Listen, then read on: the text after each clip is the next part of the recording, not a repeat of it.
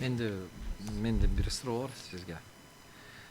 Негизинен эле судья катары айтсаңыз, тиги ошол эки инстанцияда иштеп калган, азыр 3-2 жеринде сөз жок. Негизинен кесипкөйлүк мындай деңгээли айырмаланабы бир инстанцияда гана иштеген судьяга караганда? Рахмат сурооңузга. Айырмаланат, жакшы суроо. Мен өзүм дагы судья катары биринчи инстанцияда жаңы болуп келгенде судья болдум деп өзүн сезиш үчүн жок эле дегенде 3 жыл. А так 5 жыл. 5 жыл өткөндөн кийин өзүм мындай мен судьямын, мындай маселе талаш тартыштар сезим келет, ошондой тартыштар. Ал эми экинчи инстанцияда андан дагы жоопкерчилик, анткени жумуш сапарында болдум мен. Экинчи инстанцияда коллегияда иштедик. Ал жакта Башкача. мындай более дагы ответственный. Анткени дело талаш тартышка карайсыз. Биринчи инстанциядагы соттун чечимин карайсыз.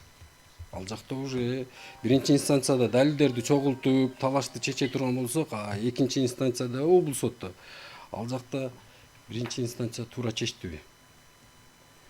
Кандай чечим кабыл алды? Соответственно, ошого карата иштин ичиндеги далилдерди изилдеп, баарын баа берип, бул судья кандай процесс алып барды, эмне иш аракеттер жасады, ошонун баарын баа бериш керек. А эгерде мен биринчи инстанцияда иштебей эле экинчи сотко барсам, мен андай баа бере албайт болчумун. Анан коллегияда дагы бир белгилей кетчү жагдай. Судья докладчик бар. Ошол иштин тагдырына көбүрөөк роль ойнойт ал жакта докладчик. Ошондой эле участник коллегии. Эгер ал биринчи инстанцияда иштебесе, ал жакта мыйзам атайын белгилеген коллегия каралсын депчи. То есть жалгыз судья карады, демек 3 судья кесипкө карап көрсүн депчи. Ушу талаш туура чечилди, туура эмес. То есть коллегия баардыгы активный иштеш керек. Ошондо активный иштеш үчүн тажрыйба болуш керек дейм. Рахмат. Барбы сурооңуз?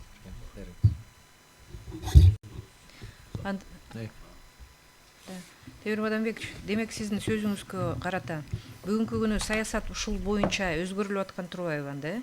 Резерв деп атасыз. Резерв болгондо биринчи эле инстанцияга азыр кабыл алына турган болуп калат, туурабы? Ооба. Анда экинчи инстанцияга которушу ротация жолу менен эле гана болуп калабы? Ротация мыйзам норма боюнча чектөө жок. Бирок төрагада укук бар ротация аркылуу. Анткени ушул экинчи инстанцияга опытный судьялар керек болот. Ошол жерде төрагада полномочия турат. Эгер экинчи инстанциядан бошосо, анда биринчи инстанциядан алып келиш керек. Ротация боюнча өзүнчө атайын положение иштелип чыккан. Норма бар ал жакта. Эми ал мыйзам түрүндө эмес, атайын жобо чыгып, ал бекитилген судьялар кеңеши тарабынан. Түшүнүктүү анда. Түшүнүктүү. Бериңиз сурооңузду. Темир Мадамбекович, бул суроо деле эмес, негизи негизинен биз талкуулап аткан норманы негизи ошол соттор кеңешинин тарабынан сунушталган норма болчу да негизичи.